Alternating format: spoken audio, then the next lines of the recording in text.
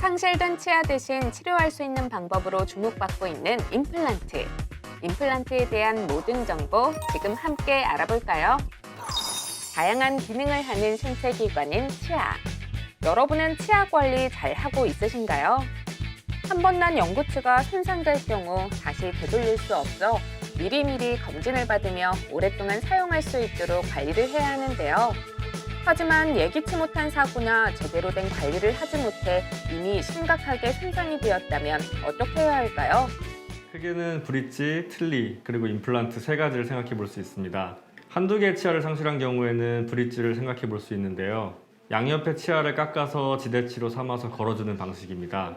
하지만 상실된 치아의 지대치를 만들기 위해서 주변의 건강한 치아를 인위적으로 삭제해야 되는 부담이 있죠. 또 치아와 잇몸 관리가 제대로 되지 않으면 브릿지 하방의 잇몸에 염증이 발생될 위험이 큽니다. 이와 반대로 여러 개의 치아를 상실한 경우에는 틀니를 시도해 볼 수 있습니다. 틀니는 여러 개의 치아가 없을 경우에 하나로 연결된 보철모를 빈자리에 뺐다가 끼웠다 할 수 있는 치료법입니다. 비교적 빠르고 경제적이지만 시간이 지날수록 틀니가 눌리는 잇몸에 잇몸뼈가 위축되고 저장력이 강하지 못할 뿐만 아니라 상악의 경우 입천장이 이물감이 느껴지는 단점이 있습니다.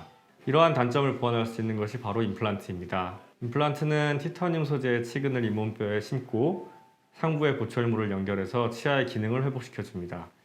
기존의 틀니나 브릿지와는 다르게 주변 치아에 손상 없이 본래 치아처럼 단독으로 사용할 수 있다는 장점이 있습니다. 자연 치아의 기능과 가장 유사한 치료법인 임플란트. 그래서인지 요즘 치아를 상실했을 때 임플란트부터 떠올리곤 하는데요. 그렇다면 임플란트 누구나 시술받을 수 있는 걸까요? 임플란트를 성공적으로 식립하기 위해서는 몇 가지 필요한 조건들이 있습니다.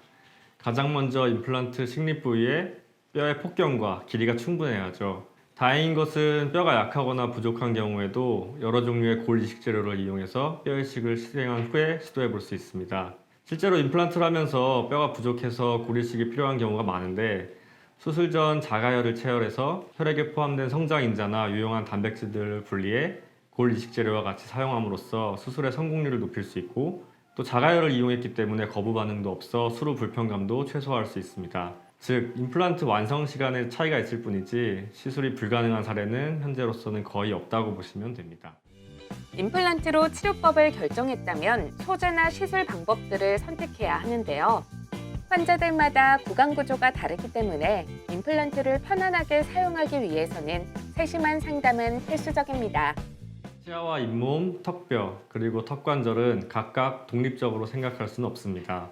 우리가 임플란트를 잘 식립하고 보철을 잘 완성하기만 한다고 끝나는 것이 아니라 교합을 잘 맞추어 주어 턱관절이 편안하게 기능할 수 있도록 해야 하고 필요에 따라서는 교정 치료를 통해 기능적 그리고 심미적으로 완성된 치료를 해야 하죠. 실제로 임플란트를 하고 나서 턱관절에 문제가 생기거나 교합에 문제가 생겨서 고생하시는 분들이 많은데 진단하고 치료를 계획하는 단계에서 이런 종합적인 고려와 판단이 꼭 필요하다고 생각합니다. 특히 구강아가면외과를 전공한 치과의사일 경우 그간의 경험과 지식을 바탕으로 이러한 종합적인 고려와 판단이 가능하기에 임플란트를 식립하실 때 구강아가면외과 전문의인지 확인하시는 것도 큰 도움이 되시리라 생각됩니다. 최근에는 임플란트를 올바르게 식립할 수 있도록 컴퓨터 내비게이션 가이드를 사용하여 시술을 진행하는 추세입니다. 내비게이션을 사용하면 감으로 식립을 하는 것보다 보다 정확하게 시술할 수 있어 부작용을 줄일 수 있기 때문이죠. 이외에도 임플란트에 대한 다양한 궁금증을 OX로 알아보는 시간 마련했는데요. 임플란트 시술 시 공포를 극복할 수 있는 방법이 있나요? 네, 정답은 O입니다. 치과 공포증이 심하거나 구역 반사가 심해 치과 치료를 힘들어 하시는 분들은 수면 진정요법을 생각해 보셔도 좋을 것 같습니다. 특히 수면 진정요법을 진행할 때에는 치과 전문의와 함께 안전하게 진행되는지 꼭 확인해 보십시오. 그렇다면 임플란트 시술 빠르면 빠를수록 좋은가요? 네, 정답은 O입니다. 치아가 없는 상태로 시간이 흐르게 되면 잇몸뼈는 점점 흡수되어 주저앉기 마련인데요. 이렇게 되면 상실된 치아 주변에 치아들이 비어있는 공간으로 기울어져서 치열이 흐트러지거나 치아 사이가 벌어지는 문제가 생길 수 있습니다. 긴 시간이 지나면 치열이나 교합 관계에도 문제를 일으킬 수 있기 때문에 치아 상실 이후에 빠르게 치료를 시작하는 것을 권장합니다. 치아를 대신할 수 있는 임플란트. 정확한 정보를 통해 올바르게 식립하는 것도 중요하지만 오랫동안 건강하게 사용하기 위해서는 주의사항도 꼭 숙지하고 있어야 하는데요.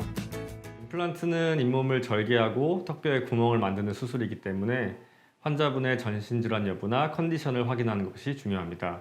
수술 전에 복용을 중단해야 하는 약물도 있고 혈액 검사가 선행되어야 하는 경우도 있죠. 또한 상악동 이식술을 한 경우 수영이나 비행기 탑승 등 압력이 크게 변화되는 상황은 술 후에 피하는 것이 좋습니다. 이와 함께 임플란트는 자연 치아와는 다르게 치아의 뿌리에 해당하는 기둥이 얇고 머리가 큰 가분수의 형태라 태생적으로 자연 치에 비해 음식물이 많이 낄 수밖에 없습니다. 따라서 치실이나 치간 칫솔을 사용하면서 음식물이 오래 절여되어 있지 않게 관리를 해야 하고 주기적인 치과 내원을 통해서 지속적인 관리가 필요하다는 사실을 잊지 마시기 바랍니다. 자연 치아와 비슷한 기능을 갖춘 임플란트. 올바르게 식립하고 똑똑하게 관리하며 100세까지 건강하게 사용하시길 바랍니다.